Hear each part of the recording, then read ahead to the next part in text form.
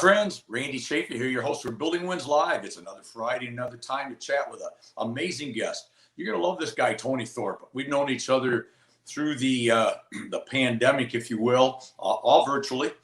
Tony's my favorite person from Nova Scotia. Tony, don't let that go to your head because he is actually the only guy I know from Nova Scotia. But Tony's a great guy. He's a sales pro.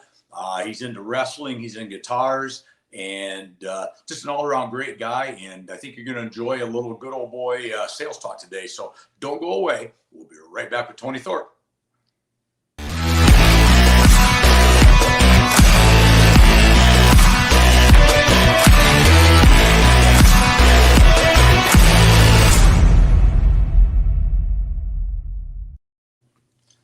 There he is. How you doing, my brother? I'm great, Randy. Thanks for having me, buddy. How are you? You're welcome, and thank you for being on. And I'm doing awesome. Yourself? I'm sore today after wrestling, as you'd mentioned. I was telling you backstage how I took a nasty bump yesterday. It was my fault. Probably not the smartest thing to do to start professional wrestling at the age of 45. Well, or incredibly tough, one or the other. We'll go with tough. What do you think? I mean, I'm not a fighter. I prefer to be a lover, but yeah, I think I'm tough enough. Yeah, there you go. So that's awesome. I mean, that's amazing at 45. I mean, that's kind of a young man's game, right? I mean, 100%. Yeah, the youngest guy in our class is 21, and wow. He's 6'5". I'm 6'2", 230. The rest of the coach is 35, and he's retired from wrestling. So. Really? 10 years younger than me, and he's retired teaching us. Yeah. I'm 45, but wow. Yeah. Well, I'm going to opt for tough because that sounds impressive to me. Ever so slightly crazy, but still kind of impressive. So, yeah, thank you. So, like I mentioned, you're from Nova Scotia, Vancouver, I think originally, but yes. Who's Tony Thorpe? Give us the whatever 2, 3, 4 minute version of who Tony is before we get into some meat and bones of this thing. Originally from Vancouver, British Columbia. I met my wife 14 years ago, who was from Halifax, Nova Scotia. We got married 10 years ago, decided, we had 2 little girls, and the cost of living on the West Coast was just, astronomical. And at the time, you could buy a house for next to nothing here. So we moved to Nova Scotia. We wanted to be on the ocean. We've had a third child since then. If I could describe myself a little more, some of my hobbies are my passions. Obviously sales and self-improvement is one of the biggest ones. I played hockey, as most Canadians do. But baseball is actually my favorite sport. I play a lot of baseball, softball.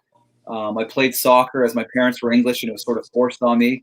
And I play the guitar and sing. I'm a big music buff. I think you and I actually have a lot of the same interests in music. I don't really like anything new. I like the Beatles, the Eagles, a lot of the classic stuff. Tim Lord, how are you, buddy? Look at him, the Torpedo. I like that. Yeah, that was my nickname, actually, and it was actually after Ian Thorpe, the swimmer, was named the Torpedo, and I had that nickname first.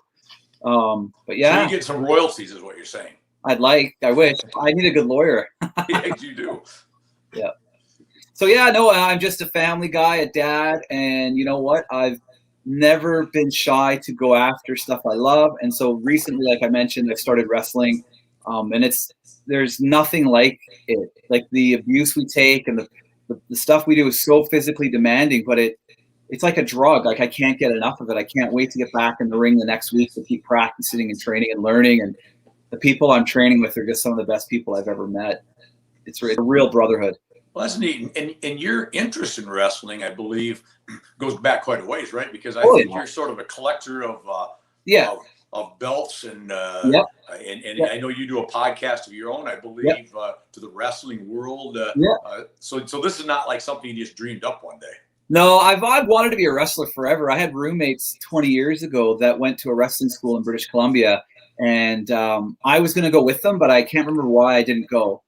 Probably didn't have the money or something. And they missed a week of work for how beat up they got. And this was when we were in our 20s, right? So I spoke to the guy that ran it on the phone, and I said, you know what, man, I can get beat up in beer league hockey for less than what you're charging to get. Right. So I just stayed away from it. But ever since I was a little kid, it's probably been my longest love or passion. Ever since I was a little guy and I first saw Hulk Hogan, it was, me and my brother, my youngest brother, who's also a sales pro, fell in love with professional wrestling. Gotcha. So what are you looking to do? Because I find this interesting because you just hit on a word of love and passion. So you're finding something that you love and have a passion about. And so all the abuse you take, all of the soreness that we talked about off before the live, obviously you can do other things that wouldn't cause that, but it's worth it to you because of the passion you have for the sport in this case. And I think that translates into our lives as sales professionals, right? I mean, there's some correlation there. The dedication and discipline that is required to be a top sales professional, a top businessman, a top communicator. It's the same with everything else I've ever done. Like, I started playing golf 10 years ago, right? Which probably should have been the other way around. Wrestling 10 years ago, golf now. But, exactly. and I knew right away I needed to take lessons. I wanted to learn from someone who was better than me, right? And it was the same with sales. And when we moved to Nova Scotia 7 years ago was when I really, really ramped up my sales game. My parents were entrepreneurs, my mom and stepdad. My dad was a union guy, safe, type of guy. God rest his soul. But my mom and stepdad owned businesses. My first job was DJing at a roller rink when I was 15 years old that they owned, right? Oh, so did you do the popular, I gotta say this, all skate? Was that big? Because it'd be boys and it'd be girls and then everybody could skate together, right? That was a term in my roller rink we used to have. Yeah. We actually, so our roller skating rink that we had, it was in Abbotsford, British Columbia called JJ's. And it was just open. We had an afternoon skate and then a night skate. And then I think they tried to do like a youth skate or an adult skate and it just didn't really work. So they just kept it open to the public, get as many people in as you could. Anyways, I just thought of it because when you said skating, I remember the days when, when was it, about 11, 12, 13, when as guys, you like girls a lot, but you're scared to death of them at the same time, right? Yeah. And so they'd always have ladies' choice. Well, you wanted to skate with ladies, the girls, but you're scared to death to do it. So we'd all run over each other with our skates on to get in the bathroom so we didn't get asked to skate. That's amazing. That's awesome. Yeah. I never, I don't know what it was. I've never had a fear of talking to people. That's sort of why I think I've been so successful with sales, even girls. But I did struggle in my 20s to come up with like clever, witty things to say, right, to entice them. When I was playing hockey, I did in 1998, I went over to England to try out for a semi-professional hockey team. Okay. And, I tried to chat the girls up there thinking they'd hear this Canadian accent.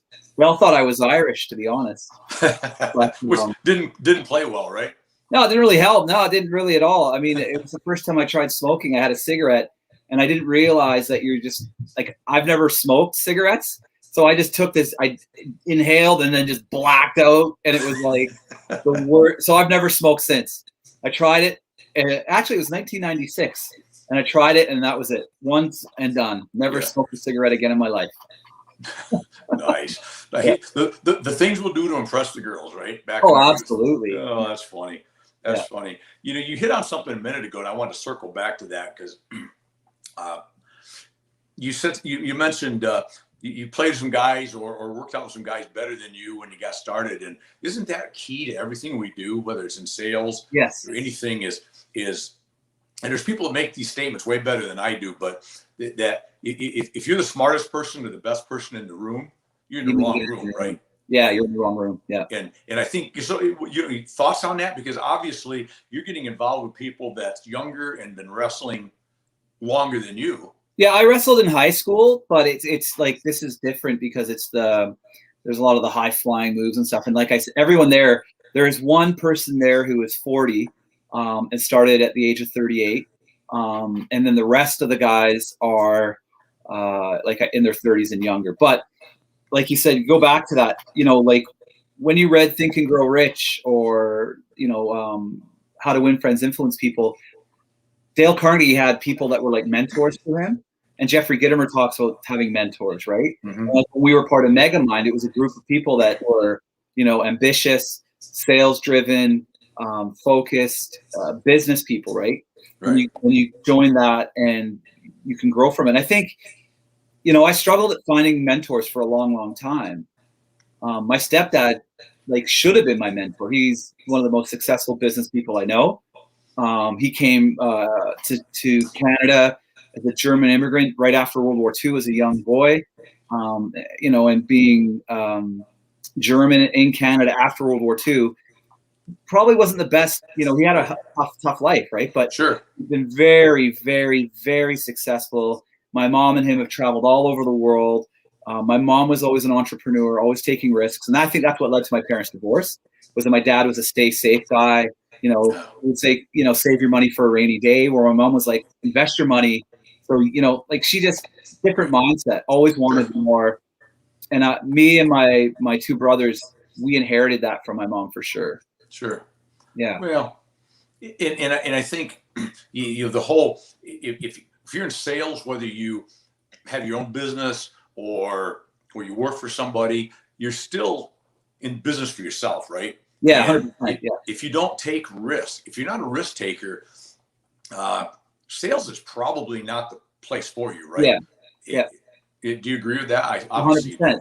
Yeah, like right now, what we're doing, Randy, is selling our ideas to the people that are watching this, and they're either going to buy it or they're not going to buy it. There's no financial transaction, but we're taking a risk by putting ourselves out there, because there's a lot of people that won't get in front of a camera and won't talk about this stuff, won't become vulnerable like we're doing right now, exposing who we are and stuff. So I think that's why people like you and me and Tim Lord, who was on earlier, and Eric Bam, and a bunch of the people that are, in the mega minds, and some of my other friends, they're risk takers by using social media. And it's such a great time for this. We're in a golden era of being able to connect with people, Oh, exactly. And when you talk about risk taking, and it's interesting because I think as a kid in high school, or especially in junior high, elementary, I was very shy, and which I'm not anymore at all. But I was. You don't say. Yeah, I know. It's the kettle. That's the kettle calling the pot black, or whatever that are. Yeah. This. But it's funny is that when these opportunities started coming up, and most of it out of the pandemic, right? Oh, we were forced, and all of a sudden, I have to find myself learning to say no. Because I almost see no as, it's like, I don't think anybody could call me and ask me to do anything out of my comfort zone now that I probably wouldn't say yes to. Right. And I think I've almost turned that corner to where I have to start backing off once in a while and going, maybe I don't want to do that just because of time and so forth. But I think you found the same thing, because I see you all over the place also. As a sales pro, which we're going to get to in a while, but you're everywhere. You're on podcasts, you're guesting, you're doing things. And so those are all things that, a year ago, 15 months ago, I wouldn't even have known what all this stuff is. I know. I started back in 2017 promoting my friend's baseball store, Sport Wheels, give them a plug. And they're here in Nova Scotia. They've been family owned since 1946. And I was made an ambassador for the store, not because I'm a great baseball player or I'm good at hockey, but I was made an ambassador because I would go on social media posting about what bats they had in stock, what other products they had in. And my friend Kevin owns the store, and his partner Jeff, they loved what I was doing. And I heard that from Gary Vaynerchuk, right?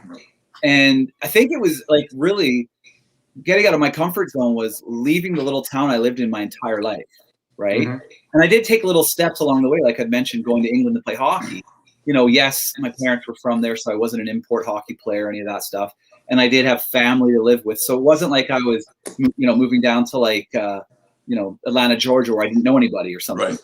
And I have friends in Atlanta, Georgia now. That's why I said that. But I think the pandemic, and, like I was such a huge fan of Jeffrey Gitomer, as you were, and that's how we met, was like I started seeing him go live every day. And then I made all these connections with amazing people. And then even more so joining different, like Facebook has completely changed for me in the last 15 months. I have my friends that I've known for 20, 30 years. I have friends overseas. I have friends in America. I have friends in different groups, different hobbies. And it's just blowing up my circle of I don't know if it's a circle of influence or what, but, I think I went from having like 500 or 600 people on my Facebook to like nearly 2,000 now. Right. and I get to have connections and relationships with different people on different levels, you know. So it's good. Really It good. is. In the yeah, and I remember the timing was so good because the Gittimer 959 deal, it started at such a perfect time. Yeah. And this whole idea of virtual and I mean, I had to look up how to spell virtual, right? I mean, I was how novice I was at it, right? Yep. But it's become such a force multiplier. And now that 100%. we're coming back out of that and traveling and doing what we do, I'll never, I will never stop doing all the social media virtual stuff, but I'm not going to stop doing the old Randy either, right? Yeah. But as you can hybrid. Thus, my 2.5 hybrid amazing is it's a little stick that I made up for myself one day to remind myself of what I'm trying to do, which is to combine the two, right? And I know you're doing the same thing, and in sales, you've got to be able to look out beyond just I'm going to call 7 people today and I'm going to follow these steps. You got to step out of those normals, right? Yeah, I think there are tried and true methods to sales, and that's what I've always loved about you is the nickname the Road Warrior, because like even during the pandemic, you had your mask on and you were seeing people, you were driving, you were flying, and that was really cool. I was actually having a conversation with my younger brother, not the youngest, but the younger one, who's a Anglican priest in Ottawa, and he's one of the most clever people I know. I hope he's not watching, because I don't want to tell you. But he was telling me the story of a guy who was like one of the most successful salespeople ever, who would make 100 phone calls a day, and he would take the paperclip and move it from one thing to the next for every call he made. So I started doing some car sales, helping a friend out, and I noticed one day I just said, you know what? I'm just going to make 100 phone calls, because we had all these leads, right, that we pay for, and these people are actually looking for something, right? They're looking for a vehicle. Right. And, maybe they don't have the best credit, or they may be retired, or they filled something out online. And I just hammered through, and I got to 57 calls. But I found myself, wow, that is a real discipline. Like we were going back to, playing the guitar, playing golf, wrestling, going to the gym, all these things, getting up early. It's a discipline that you have to stay focused on if you want success, right? It is. And I loved your word discipline, because actually, in a few weeks, I'm going to have my older son. My younger son was on a couple 3 weeks ago talking about sales, but my older son, former U.S. Marine, combat vet, amazing, by the way, and he's done some amazing things athletically. But we talk about often, and we've talked about it in other venues. Motivation is kind of BS garbage, because that comes and goes. It's all discipline, right? Nobody's going to be motivated every day. You and I are pretty motivated. Our brother Wes, who's producing and directing the shows, majorly motivated. But there's days you just don't care about it right now. It's just it's hard to get to that level, right? But discipline is what carries you through, right? Yeah, 100%, 100%. And I think there's a word that I saw and I love. Well, it was not a word; it was a saying. It was discipline leads to freedom, right? So if you're disciplined in what you're doing, it will eventually lead to your freedom in it could be many different ways, whether it's financially or what have you, right? I think, like the old, like doing social media and being known is going to be huge to help any salesperson. But I still also believe too, like, picking up a phone is going to help. But I think when you do with the social media, people are going to know you, and your phone's going to ring even more. Right? Exactly. So instead of making a cold call, it's all going to be warm calls. Exactly. You eliminate cold calls almost 100% if you do it right. And I know our mutual friend, you talk about, we know somebody in Atlanta, the peachiest place in the planet, our friend Mark Gasser, right? Yeah. He always likes to pick his phone up, right? Yeah. And talk about at the end of the day, with all the stuff we talk about, picking the phone up and calling somebody is still the best. Still the best. But we can augment with what we do.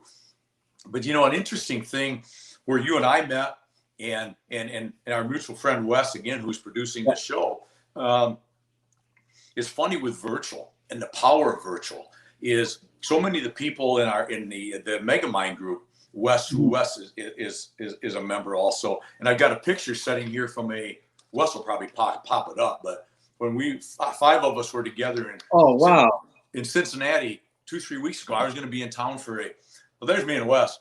Yeah, and he had Michelle there and Brian, and was that Sean as well? Sean, it was, let's see, there was Sean, Michelle, Brian, and Wes and myself. That's awesome.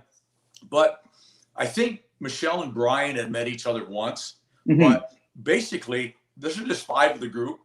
That become as good of friends as there could possibly be, and you could have. Yeah. But yet we've never actually shook hands or hugged or anything. Ever, right? And it was like, I think about it back to a guy that my best friend in high school who's passed several years ago now. You mentioned you and I have chatted about him before, actually. Yeah, exactly. I wouldn't see him or talk to him for months, and then I'd swing by one day and he's in the garage working on his vet, and it was like we never missed a beat. It's like we talked 12 minutes ago, right? Yeah. And that's what the power of virtual is. All I'm bringing up. I'd love to hear your thoughts on it because I know you're very into it. And we've talked about it, but it's still different. We talk about the phones. I'm doing full circle now, right? Yeah. The virtual, the FaceTime, the Zooms and Teams and whatever else you use, these sort of things. It's still when you can sit and talk to a person first, face to face, see their reaction, read their reaction. It's all of a sudden you're not showing up like this little meet we had in Cincinnati. Yeah. And it's not like as soon as I looked across the room, I seen Wes. I knew who Wes was, right? Of course, like I was looking around for Wes, right? And I'm sure you see that and have had that happen many a time. Actually, a funny story. So I mentioned Sport Wheels. My friend Kevin Marriott, who owns Sport Wheels, he and I had, before the pandemic, we started a YouTube channel called Tony and Kevin TV. And I wanted to do the channel to promote his store more and promote the products. And he just wanted to have a good time and be kind of silly. And we both did. There was a bit of drinking that went on with that. But anyway. Perfect. But so we were in a tournament, a softball tournament down in Liverpool, Nova Scotia, not Liverpool, England. And I was walking from one diamond to the next. And this kid yelled out, "When's Tony and Kevin TV coming back?" And I looked. And he waved at me, and I was like, okay. And then, so we're going to our dugout, and he comes over, and he goes, "Hey, Tony," and I can't remember his name now. I feel terrible. And he wanted to shake me. "Hey, it's great meeting you, man. I loved your guys' YouTube channel." And I thought, wow, like that shows right there the power of going virtual, right?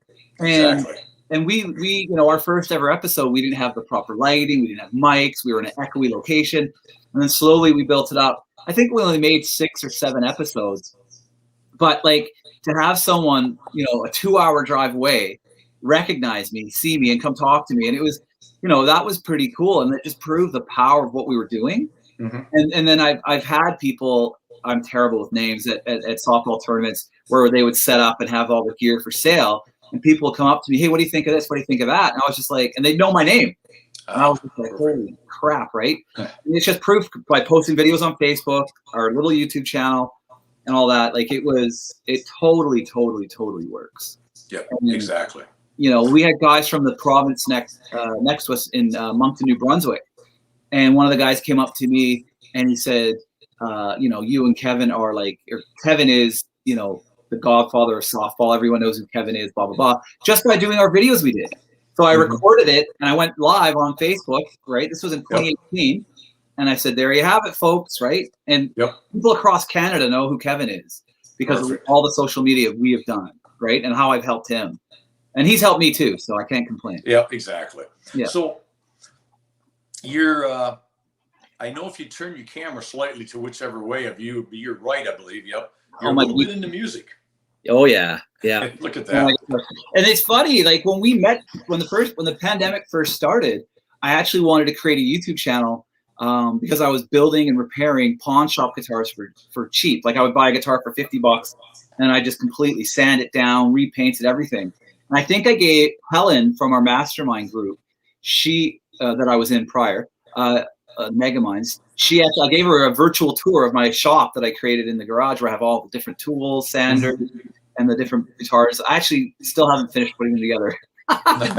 Too busy with so many other things, man. Like exactly. It's been wild. So, but yeah, no, I do love music. The Beatles are my absolute favorite, and I got that from my my parents' love of the music. There they are. There we are. That was some little pub in Cincinnati. and like I said, the beauty of making friendships like that is that I put out the word. Wes knew that I was coming into Cincinnati for a trade show. And all of a sudden he reached out to everybody within a reasonable distance. I mean, Brian lives in Cincinnati, and Michelle and Sean both live in the Louisville area, which is, hour away or hour and a half. And so, and everybody just went out of their way to get together and spend an evening, and it's those are, and that was, like I said, it was a night of as much fun as I've ever had with people that I might have known 30 years, And, 100%. And the other thing is that Wes just took me off guard or off gear here for a second, but it's interesting, is that the beauty of that is that it's not a better or worse, just a different type of friendship. 100%. These are people that are all high octane, high energy, do what we love to do, and we're like-minded, like-hearted, right? Yeah, 100%. And you know what? You might not have everything in common, but you're going to have the majority of that stuff in common. It's the same with with all those people too. Like I would have, once the border opens up, I plan on coming down to the States, and I'd like to meet you and Tim. Tim's actually the closest to me, and a bunch of the guys, and even my fellow Canadians like Kim Hub and Barry. Those guys, like they're on the West Coast. If I fly back to see my mom, I'm definitely going to look them up. I think Barry goes for a beer at a pub that I used to go to as well. So it's weird. We would have never crossed each other. Even if we'd sat in the same pub, we probably never bumped into each other. Right? Probably not. No, because we all sort of kept to our little groups, as you would. Right. But yeah. I met Tim, and Tim came down again. The interesting thing with all this, Tim was down golfing with some friends of his from New Hampshire, and shouted out and Fort Myer, Naples, where I live most of my summer, or most of my life. Back to Michigan next week, actually, for a while, but for a few months. But he said, we're gonna be in Orlando. So I drove up to Orlando, 3.5, 4 hours, whatever. And we spent an evening together with his friends, and and I got to meet Eric out in Tulsa, because one of my manufacturers is headquartered in Tulsa. So we spent an afternoon and evening together, and I mean, that's just good stuff, right? Yeah, 100%. Because I think you're birds of a feather flock together, right? And when you're, sometimes, like I know Gary Vaynerchuk and Grant Cardone talk about, like I love my childhood friends. I love them. I love like pretty much a lot of my friends that I still met, but they talk about leaving those people behind because they're going to hold you back or blah, blah, blah. Like you want to see what you're going to be like. Your 5 closest friends are going to be exactly like you're like. So if your 5 closest friends are really driven, motivated, helping people win, earning big money, then you're going to be like that too, right? Correct. So it's I've always been I've known a lot of people, but I've always been also a bit of a loner too. Yeah. I like it's funny. Yeah. And being a sales pro, I think that works to our benefit, because you have times where you're with people a lot. So you love that. You have to feed off that. You have to dig that, right? Yeah. But you also get a lot of alone time, airports, rental cars, hotels in the evening. So I think it's you also equally have to be happy to be by yourself. But Eric just helped me out, because that is something I wanted to touch on. Thank you, Eric. Talk about Oh Snap. Is that correct? Oh Snap. Thanks, Eric. Snap. This is a box of the complete. You know what? Like a dummy, I should have saved taking this for the show here. This is the complete. This is all your multivitamins, all your greens, minerals, everything, and it's a snap pack. You just put it to your mouth, snap it, drink it, you're done. There's one for sleep. This one we're gonna run out of. We're gonna have to order more, because my wife and I are both taking this. It helps you sleep. It's got magnesium in it. It's got melatonin, and it's got a couple other chamomile extract. That's the other one. Okay. And then there's the Surge, which is your energy. This thing, I take this. So when I go to wrestling on Saturdays and Sundays, I usually take one of these right before the class starts, so it has vitamins in it. And halfway through the class, I've drank probably 2 liters of water, because we're just dripping with sweat. I'll snap one of these bad boys, and in just like 5 minutes, I'm kicked into the next gear to keep going. Nice. Like, we did, I think, 500 or 400 squats last weekend, and 250 lunges. Like my legs, like my wife was like, your legs, the muscles are like growing back, like huge.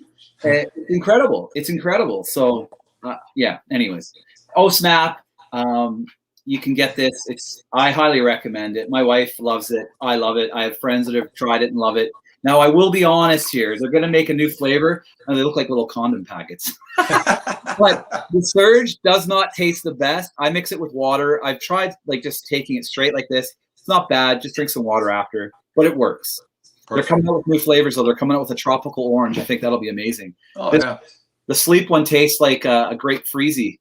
So I love it. I could take 2 a night. They really help me get the best sleep ever. In fact, they help me sleep so much that sometimes I don't even want to.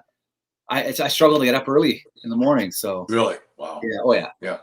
So you're is that a full-time thing for you now, or are you doing some other stuff too? I am doing some other stuff. I will be starting. This is I was at Manpower. I was the market manager. I was there for 6.5 months. They headhunted me from, or 4.5 months. Sorry, they headhunted me from People Ready, where I spent 5.5 years in this, and I've been in the staffing industry 16 years as a sales manager, but I oversaw the entire province. They let me go as I wasn't the right fit, whatever that means. Yeah. And I said, funny story. I said, I apologize. My CRM's not the best. He said, oh, it's not that. Okay. Well, sales are up. My CRM's kind of messy. How am I not a right fit? Anyways, blessing in disguise. They've let me go. I got severance, and I have friends in the auto industry who want me to come work for them because they love my videos I've made on social media. They love me going live. Like I would go live at karaoke. I would go live. Our baseball team was sponsored by a pub, and I would go live there and get people down to the pub. So the 2 owners were like, they play baseball. They know me, and they're like, Tony, as respectfully as I could say this, they said you could sell oil to an Arab. And they said your social media, you're not like. I don't feel like I sell anything. I build relationships. I build friendships, and I help people do what they want, right? And so I'll be starting there later this week or next week. Sorry, I forget it's Friday. We had yesterday. Yes, I know it doesn't seem like it. Yeah, well, it was Canada Day up here yesterday, and we had yesterday off. And that's right. Yeah. So next week I'll be doing that, and by the end of the week you'll be seeing a lot more of New Start Auto stuff on Facebook. Nice. Look forward to it. Yeah, I did have a friend tell me to stop posting about Snap, and I messaged him saying, like, you're a real estate agent, and if you were using Facebook, I would never, ever tell you to stop. I would actually encourage people to go buy from you because you're putting it out there. Exactly. And his mentality was he likes Facebook to keep in touch with friends and family, and I thought, that's good, but it can be used for a lot more. Heck yeah, and it's funny is I use it for I use all social media for almost all business. Of course, obviously, LinkedIn's a business only, or should be. But even Facebook, I don't use. I put personal stuff because as our mutual buddy Barry Bam will always talk about is you want to be a lot of it about you personally too. People want to know 100%. You. They want to get to know you. So I do personal things on Facebook. But it's not really for my family because if I want to send a picture of where I'm at for dinner with my family, I'll text it to my family. Yeah. Right. Yeah. I put that out there, like you said. I think people do want to know you not only as just the Snap guy or the card guy, or in my case the building materials guy. Yep. But they want to know what you're about, what makes you click, and what you're interested in. And 100%. Yeah. Right. See your family. See that stuff. Like my mom's not on Facebook or any social media. And my mom and stepdad don't like it at all. That's fine. They're retired. They can do whatever. I'll email them pictures of the girls. I'll email them with my wife and I, or whatever, is happening around Nova Scotia. Right. And I do, I would actually, a few years ago, I wanted to get off of Facebook because I was just getting fed up with it. But my family in England, my cousins, my aunts, my uncles, I wanted to stay in touch with them. So I stayed on it, thankfully. But now I'd never leave it. I actually started using Instagram more. And even on my LinkedIn, I posted about wrestling and stuff, because you know what? I think sometimes LinkedIn's almost used as you're super professional there, but then your Facebook shows a lot of fun, your Twitter shows a lot of fun. Why not show it all across all, right? Yeah. Because we're human beings. Right. We are social creatures. Exactly. I think there are people that make a lot of mistakes with social media. Right. And I've seen it over the past, since 2008 when Facebook was first started. If I was interviewing someone and I looked at their social media and they're getting drunk and they're giving the middle finger, or their, political views are really harsh, it was like, I don't know if I want to hire that person, right? And I would see a contrast on LinkedIn, where LinkedIn, they're super professional, and then they're getting wasted on Facebook with their friends, and it's like, okay, so that's what you're like. Well, I think the thing that people have to be careful of if they're going to be involved with business on social media, my take, and I think what you just spoke to, is whatever you put out there is out there, and that image is going to go with you forever, wherever you go, right? Yep. And you never can get rid of it. Yep. Ever in your life, right? Yep. And so you better be cognizant of that. I think when it's like making, it's one thing to have an opinion, but I see it happen a lot, and I just shake my head sometimes. And we see major companies that do this. Yeah. But it's okay to have a view or to have an opinion, but I'm not sure blasting that to irritate 50% plus or minus of your potential customer base. Yeah. Just to prove the point that I have an opinion that's different than yours, right? Yeah. Because we can still be friends and we can still do business. Yeah. Whether we have the same views on most things, right? Well, I think, Randy, this is something that you might find interesting, because my dad used to say this, and he said 3 things when you go to the pub you never talk about: sports, religion, and sex. Or no, sorry, not sports. Sports is fine. Politics, religion, and sex, right? And I think a lot of young people, when we get on social media, because it's so new, it's like we're explorers in a new territory. Yeah. People forget that, because I was really critical, hypercritical of the Canadian government, right? Of Justin Trudeau. And it got me nowhere. And he won again, so I just left it. I dropped it because I was pissing off people that I had respect for and friends, right? And and I was getting into, you get into arguments with people over the conservative government versus the liberal government, blah blah blah. And then when the person that was running, Andrew Scheer, did something, he was conservative, I blasted him, and I was like, that's it, I'm done now, right? Like, I'm not going to post my opinion on politics on Facebook anymore, because it's going to get you nowhere fast. Exactly. Because you're not going to please everybody, right? And I have friends who are more left wing, who feel free to go and post whatever they like. I just don't touch it. That's fine. Yeah. I stay away from even commenting on stuff. Yeah. Like, I'm not right wing. I'm center. I'm for people, and I'm for, like, I think if we're the best we can be, like Jeffrey Gitomer says, if you be the best person you can be, it naturally shines through to everybody else. Exactly. Right? Exactly. Whether it's your kids, your spouse, your parents, siblings, whoever, right? And so that's what I truly try to live by, right? Exactly.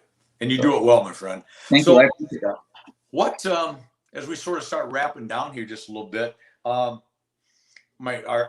buddy Wes always has he always knows. This scares me, because he always knows what I'm going to say before I say it. Should ask questions, kind of like a frequently asked question, right? But so, what haven't I asked Tony Thorpe today that you'd like to talk about? Man, you know what? There's a couple of things. My kids got great grades on the report card. My oldest daughter got 7 A's. My middle daughter, who's like fantastic, she got 5. I'm super proud of that. Nice. So I literally had, I think, 4 A's in my entire school life. And never, and it was like art or phys ed, right? But proud of that. Another thing, like, my mom and stepdad owned a comedy club, and I got to sit and see some amazing stand-up comedians. And humor is so important in communication, and doing it in a tasteful way, right? Where you don't have to tell vulgar jokes. You can just be funny, right? And that's something I cherish. And I think where I got a lot of my confidence from is from karaoke.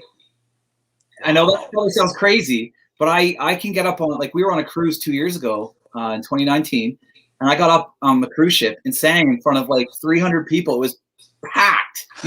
Like, people were lined up. It wasn't for me. It was just for everyone singing and having a good time. Americans, Canadians, or wherever they're from.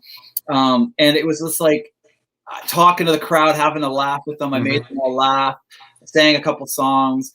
It was just that to me helped, because when I was young in my early 20s, that confidence wasn't really there as much. And it would take me a couple of years to get on stage. But after a while, once I started to get good at it, it just became so much easier. Yeah. You know? That's awesome.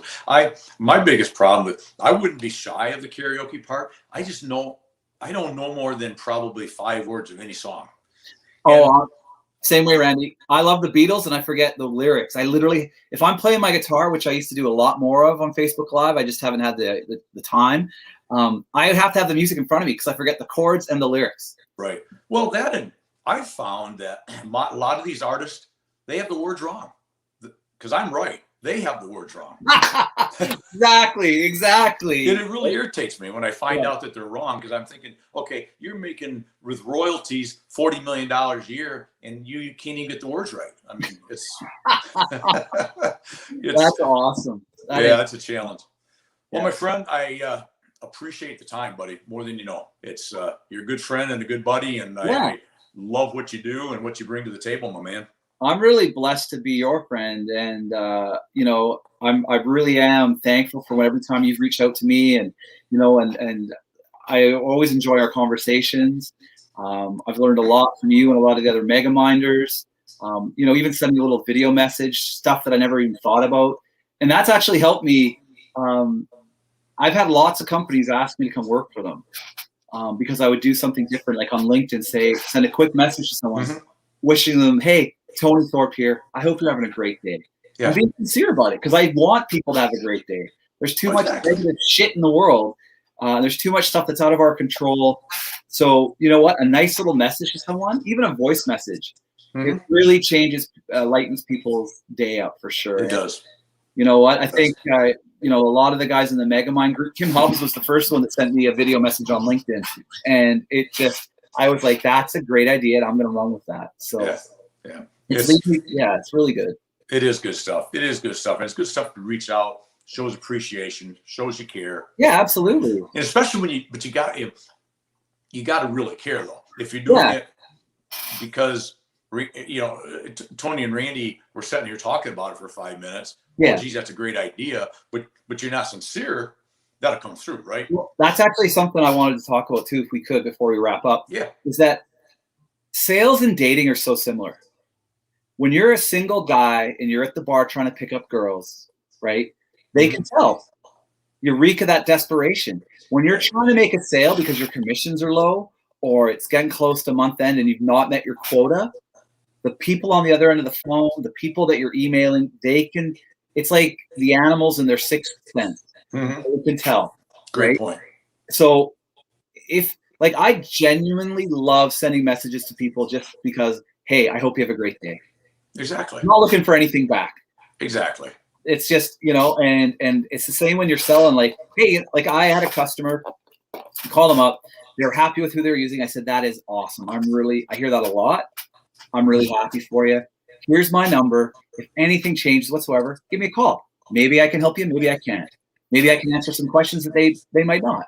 And I'll tell you, I've had so many customers. I've won so much business just from that alone, being sincere, not trying to sell them a service. They would come to me, hey, this happened to me, blah, blah, blah, what do you think? And I say, well, I can't speak for that company, but in my experience, I can say X, Y, Z, blah, blah, blah, right? Exactly. And then people, you know, wanted to buy from me and have me help them solve their problems. So because you sold Tony, and that's what they bought was Tony. Right? Yeah. Absolutely. Like I said, though, I don't think I've sold anything. None of the products, any business I've worked for, I've just sold myself. And I'm not perfect. And I might not have the answers for you, but I'll find someone. I'll bust my ass off to find someone who does, and we'll get this fixed. See, when you don't try to be perfect, you just try to be real. Yeah. People pick up on that and respect that because nobody deep down expects anybody to be perfect, right? So just be honest, be real, be yourself. And if you don't know, say so. Try to find out. If you can't find out, tell them I tried and I couldn't help you this time. Yeah. But the honesty and the real, raw and organic is a word that gets tossed around a lot, and I think it's real. Just you know, I don't have to use those buzzwords, transparent, organic, you know, all that stuff, because that's just who I am anyway. Exactly. And there's this great white whale of a customer that I was chasing here. It was the Moby Dick, as you would this giant whale that I wanted that took a ton of people. It was staffing. It was year round. Like Michelle would know what I mean. Like this customer would have been like, because she works in the same industry that I did work in. And I literally told the customer probably 2 years ago, after chasing him for 5 years, I said, you know what? This is my phone because I was on the phone with him. I said, I don't have the people. I don't have the people. I can't help you. And he said, you know what, man? I really appreciate you being honest with me, because every other agency comes in here telling me they can get me the people. Yep. And I said, I'll tell you the reason why you're having problems. You might not want to hear this. And I just went over X, Y, Z. And he was like, do you think that's why? I said, 100%. I said, if you just tweak this, your fill rate, the people coming back to work is going to be way better. And he did it, and it worked. And he said, you know what? He just thanked me.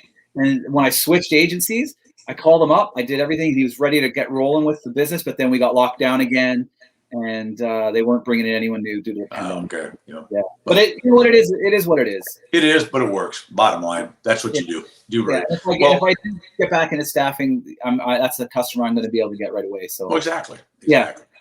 I won't take any more of your time. You probably. No, that's okay. I appreciate your time, and as always, it's great talking to you, my man. And belated Happy Canada Day. I think I did send you a text. You did message me, yeah. But or something, but yeah. So we're just rolling into the weekend, and I hope you have a great Independence Day. I'm going to be posting that on Facebook for all my friends south of the border.